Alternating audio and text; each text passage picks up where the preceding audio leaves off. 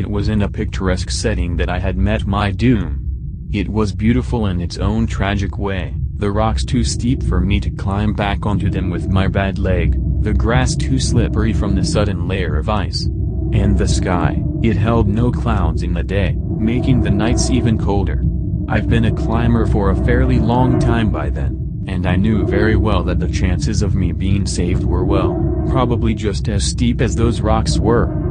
I did what I could, dragged my broken body into the small ditch in the side, and prayed. Now, I haven't done that since I was forced into church by my mother when I was just a young child. And yet, 50 years later, I curled up around my knees and pleaded for whoever that was above to send someone to help me. I was a grown man, strong, and muscular, having fought the mountains and hills for many years. But at that time, I felt as if I was a small child. The cold was chilling, it snuck under my skin and froze my blood. And yet, I survived. I had a backpack, being someone that had done this route many times. I always came prepared, that held my most precious treasure, a bottle of water.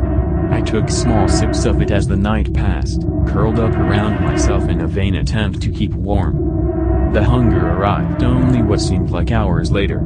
At first, it was a gentle caress in the bottom of my stomach, a sweet reminder that usually by that time, I had eaten a meal that was made by my wife. But it was getting worse and worse, growing into a vicious beast that roared to be satisfied. I was losing my mind.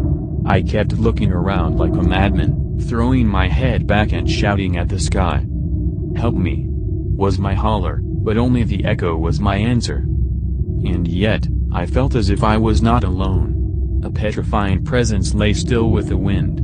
It was as if it was preying on me, the sole soul that was stupid enough to fall into its trap. And yet, for a long time, nothing happened. I felt those eyes boring into the back of my head, but I was too tired to move. Darkness enveloped me, but the pain did not let me slip into sleep. The dread was not helping either. My hands, so cold they were nearly frozen solid, grasped my phone in my pocket, but as before, the attempt was in vain. There was no signal, there was no way for me to escape the beast. Was it death telling me that my time was over? Was it him that I felt watching me as if I was the lamb and it was the lion? The predator that I could not flee from? Was it the devil itself? Another shuddered breath escaped me when another cold wind came, my clothes rippling around me. My teeth chattered together as I tried to wrap myself up even more. My leg, the broken one, I could not even feel it, let alone move it.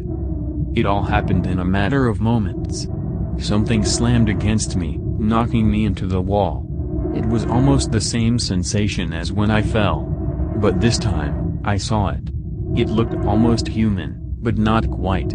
Eyes hollow and dark, skin red like blood. Its teeth were crooked but sharp. The hisses it gave made me whine in panic. But first, it did not attack.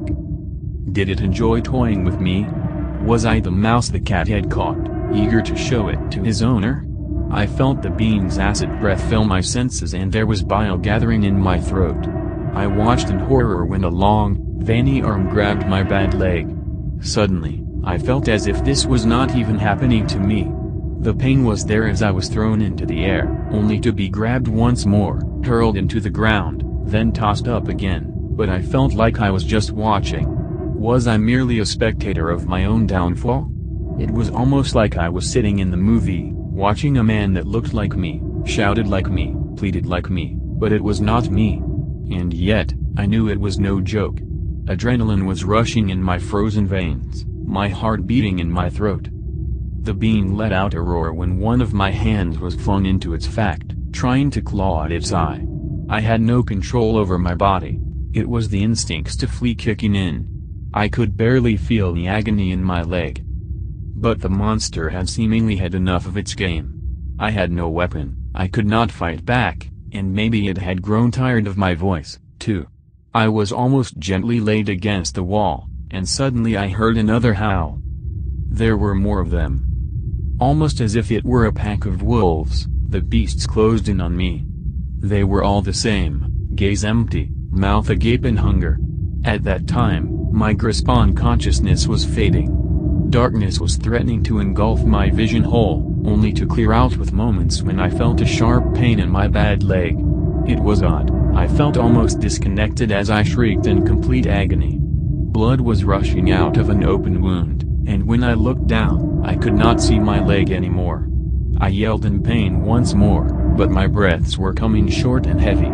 I could not control my own body at all by that time, throwing and tossing and trying to flinch away as more and more claws cut into my flesh.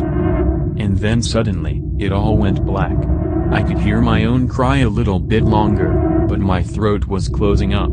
I was choking, the taste of iron clear on my tongue. It was over.